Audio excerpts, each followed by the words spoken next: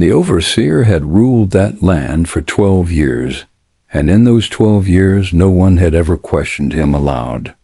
Not because he was brilliant, not because he was respected, but because fear was easier than resistance. He learned early that rules mattered less than unpredictability. Some days he punished for lateness. Other days he ignored it entirely. The workers never knew which version of him would wake that morning, and that uncertainty kept them obedient. When people don't know the rules, they stop trying to follow them and start trying to survive. He liked that. The plantation stretched wide, bordered by trees that whispered when the wind cut through them. From the main house porch, the overseer could see nearly everything that mattered: fields, quarters, roads. Control was visual. As long as he could see them, he believed he owned them. Then the mistake happened. It wasn't loud. It wasn't dramatic.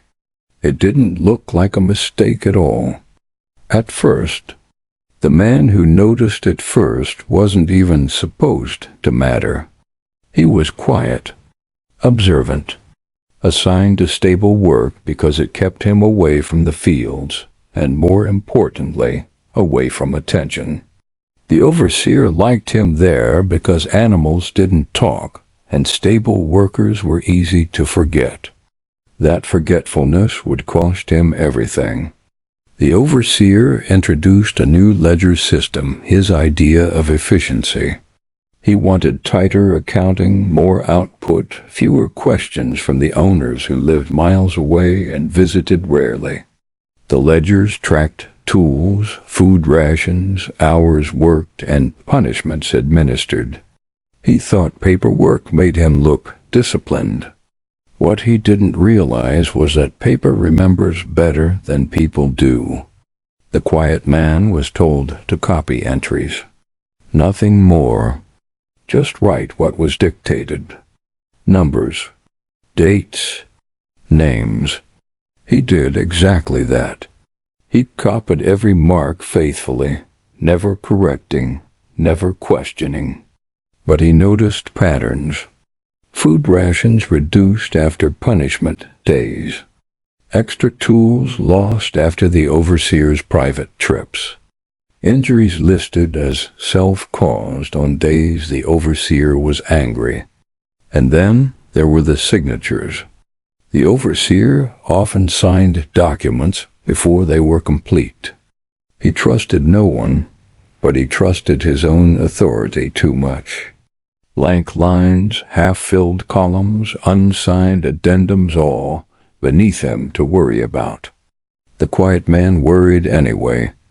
At night, after the lanterns dimmed, he replayed the days in his head. He didn't dream of escape. He didn't fantasize about revenge.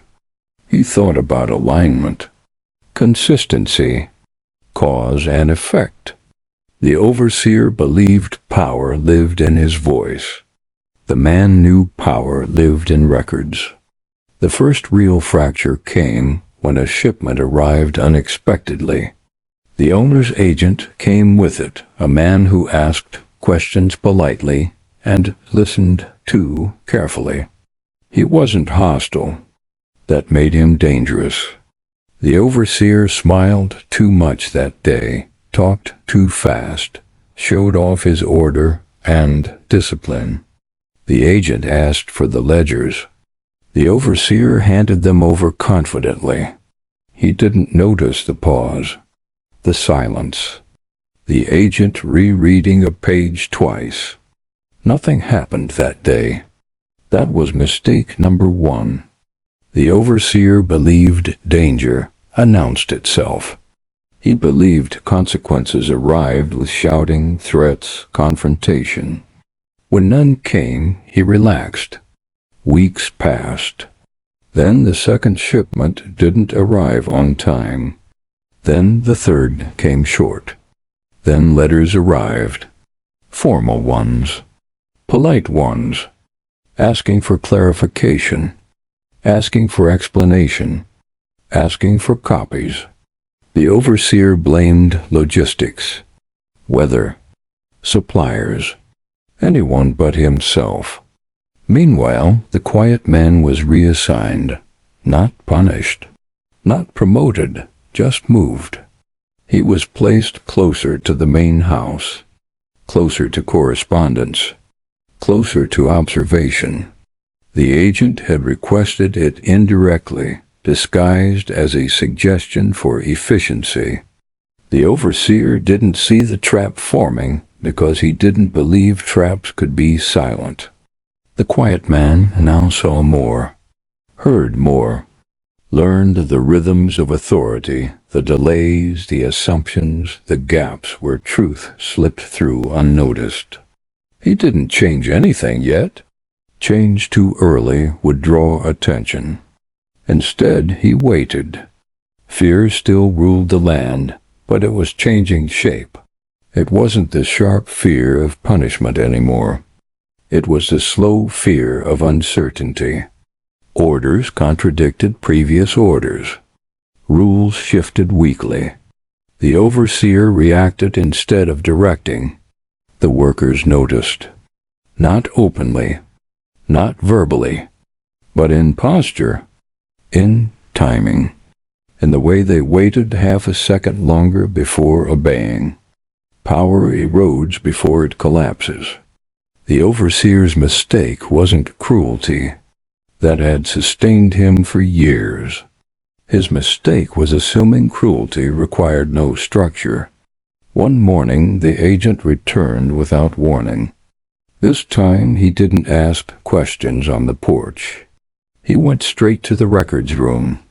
He brought new papers, official ones, the kind that changed tone without raising voices.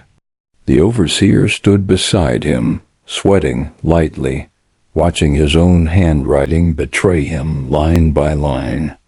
Missing inventory, inconsistent punishments, unauthorized reallocations. The agent didn't accuse. He didn't threaten. He simply said, "Explain this." The overseer spoke for 10 minutes. It made things worse, because explanations create timelines, and timelines create contradictions. By the time the agent left, nothing had been resolved, but everything had shifted. The overseer felt it, then the ground, no longer solid beneath him. Control slipping, not through rebellion, but through exposure. That night he lashed out. Harsh orders, random discipline, loud authority meant to remind everyone who still ruled. It had the opposite effect. Fear returned, but not the kind he wanted. It was the fear of instability, of a leader panicking. The quiet man said nothing, did nothing. He continued copying, organizing, aligning records. When asked questions, he answered honestly and narrowly. Never volunteered, never speculated. He had learned something critical. The overseer was now fighting paper, not people. And paper always wins. By the time the owners sent a second agent, the overseer was already losing sleep. Not because he feared punishment, because he no longer understood the rules. Authority had always been simple to him. He gave orders. They were followed. Any resistance was visible, direct, and could be crushed quickly. But this new threat didn't raise its voice. It didn't argue. It waited. It asked for clarification. Clarification was poison. The second agent arrived alone. No escort. No ceremony. He carried no ledger of his own. Only a thin folder and a practiced calm that unsettled the overseer more than shouting ever could. They sat at the table where the overseer once issued commands. Now it felt smaller, lower. The walls listened. The agent asked for records again. Not all of them. Specific ones. Dates. Names. Movements. The overseer laughed it off, pretending familiarity, pretending cooperation. He spoke about efficiency, discipline, improvements he had implemented over the years. He spoke as if the story was still his to tell. But the agent didn't listen to stories. He compared lines. Every time the overseer explained one inconsistency, another appeared. When he blamed the workers, the paperwork contradicted him. When he blamed weather, the shipment logs disagreed. When he blamed past overseers, signatures tied the decisions directly to him. The quiet man sat nearby, copying as instructed. No emotion, no reaction, just accuracy. That accuracy was devastating.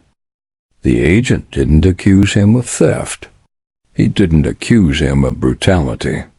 He didn't even accuse him of dishonesty. He said something worse. This doesn't align. Misalignment meant loss of trust. Loss of trust meant audits. Audits meant scrutiny beyond control. The overseer felt the shift immediately after the agent left. His orders were followed slower. His punishments were questioned, not aloud, but by glances, pauses, exchanges of looks he had never seen before. Fear no longer pointed upward. It scattered. He tried to regain dominance through intensity. Longer hours. Shorter tempers. Public displays meant to remind everyone who decided their fate. But intensity without legitimacy only accelerates collapse. The owner's letters became colder, shorter, less forgiving. Instructions replaced suggestions. Timelines replaced patience. And then came the inquiry. Not announced as an investigation, just a request for verification. A harmless word. But the overseer knew better. Verification meant comparison. Comparison meant judgment. He began rewriting old entries. That was the second mistake. The quiet man noticed immediately. Ink doesn't age backward. Numbers corrected too cleanly stand out. Dates adjusted create gaps elsewhere. You can't fix one lie without disturbing 10 truths around it. The overseer worked late nights, scratching, rewriting, justifying to himself that he was restoring order, that he was correcting misunderstandings. But the ledgers resisted him. They had become too complete. When the inquiry team arrived, they didn't need testimony. They didn't need witnesses. They didn't need confessions. They had documents. The overseer watched them compare pages across years. Watch fingers pause. Watch eyebrows tighten, slightly not in shock, but in confirmation. This wasn't discovery. This was validation. The quiet man was asked questions then. Simple ones. Did you record this? Yes. Did you alter this? No. Is this accurate? Yes. 3 words. Each one heavier than punishment. The overseer tried to intervene, tried to explain, tried to assert authority. But authority that interrupts process looks like guilt. The inquiry didn't remove him immediately. That was the cruelest part. They restricted him, limited his decisions, required approvals, installed oversight. He was still present, but no longer powerful. That humiliation ate at him faster than fear ever could. The workers noticed the change instantly. Rules became consistent. Punishments documented. Food rations stabilized. Arbitrary cruelty disappeared, not because compassion arrived, but because scrutiny did. Order returned. Not his order. The overseer lashed out at the only person he believed responsible. The quiet man. He accused him of manipulation, of betrayal, of ambition. The man didn't deny it. He didn't confirm it either. He said something worse. "I wrote what you told me to write." There was no defense against that. The overseer realized too late that his greatest weapon, control, had been turned against him through obedience. Perfect obedience. The inquiry concluded quietly. No spectacle, no announcement. One morning the overseer was told to leave the property. Immediately. No explanation given to the workers. No farewell. No authority to reclaim. His replacement arrived before sunset. Efficient, polite, silent. The quiet man was reassigned again, this time to records beyond the plantation. Regional ones, broader ones. He didn't celebrate. He understood something the overseer never did. Justice doesn't arrive loud. It arrives documented. And mistakes don't destroy power. Patterns do. The overseer left believing he had been betrayed. He never understood that his downfall wasn't caused by rebellion. It was caused by alignment. The overseer thought exile would be temporary. He told himself the system still needed men like him. That experience would outweigh irregularities. That time would dull the sharp edges of memory. But time did the opposite. Away from the plantation, stripped of routine and command, the overseer discovered how fragile his authority had always been. Without people to dominate, his identity collapsed inward. The habits remained sharp speech, rigid posture, but there was no one left who was required to obey. He took work overseeing smaller operations, then smaller still. Each place came with rules he didn't write, reports he didn't control, superiors who asked questions instead of giving praise. He learned the humiliation of being audited. Every position ended the same way. A quiet conversation, a polite letter, a suggestion that his style was no longer compatible with modern expectations. His reputation traveled faster than he did. Meanwhile, the records he had tried to manipulate continued to circulate. The inquiry expanded, not because anyone sought revenge, but because patterns had emerged. The plantation was not an isolated case. It was a node. Other overseers' books were examined, comparisons made, shared methods identified. The quiet man was called again, not as a witness, as a consultant. He sat in rooms with men who once would have ignored him entirely. They asked how records were kept, where pressure was applied, how abuse hid inside routine language. He explained calmly, precisely, without emotion, because he wasn't there to condemn. He was there to clarify. Each clarification tightened the net. The overseer's name appeared in more places than he remembered signing. Letters referencing his methods, marginal notes echoing his language. Practices he believed were normal, now isolated as excess. What destroyed him wasn't exposure. It was standardization. Once rules became consistent, his behavior became abnormal. Once expectations became documented, his decisions became indefensible. He was summoned to answer questions. Not accusations. Questions.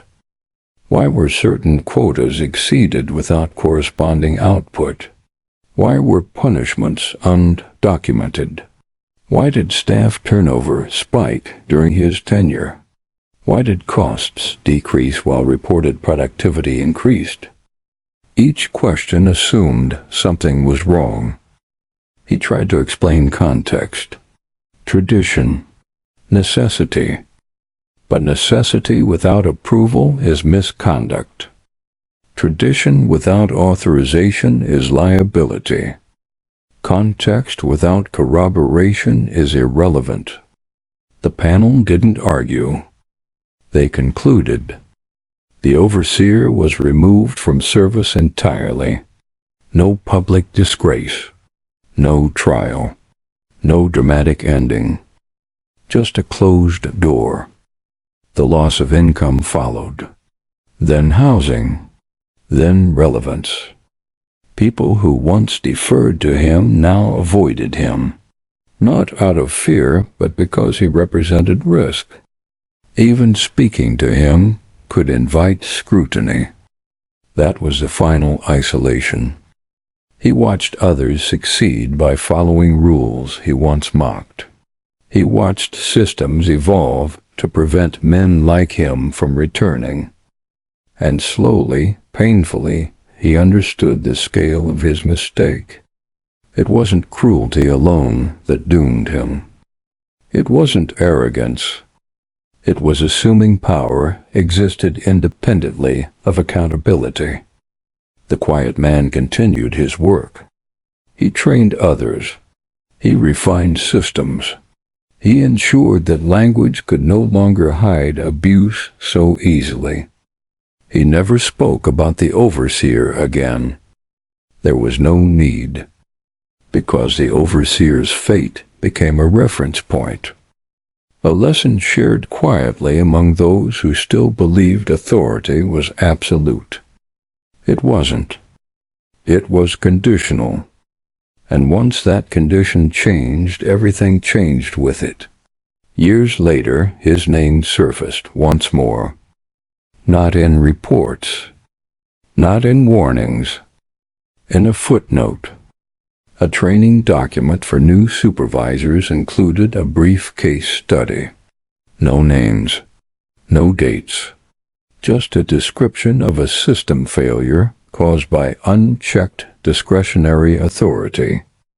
The example was precise enough that anyone who had worked in that region knew who it referred to. The overseer, now older, read it by accident.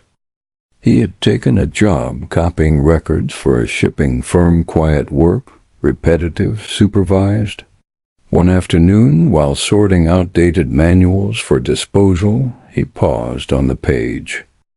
He recognized the structure immediately.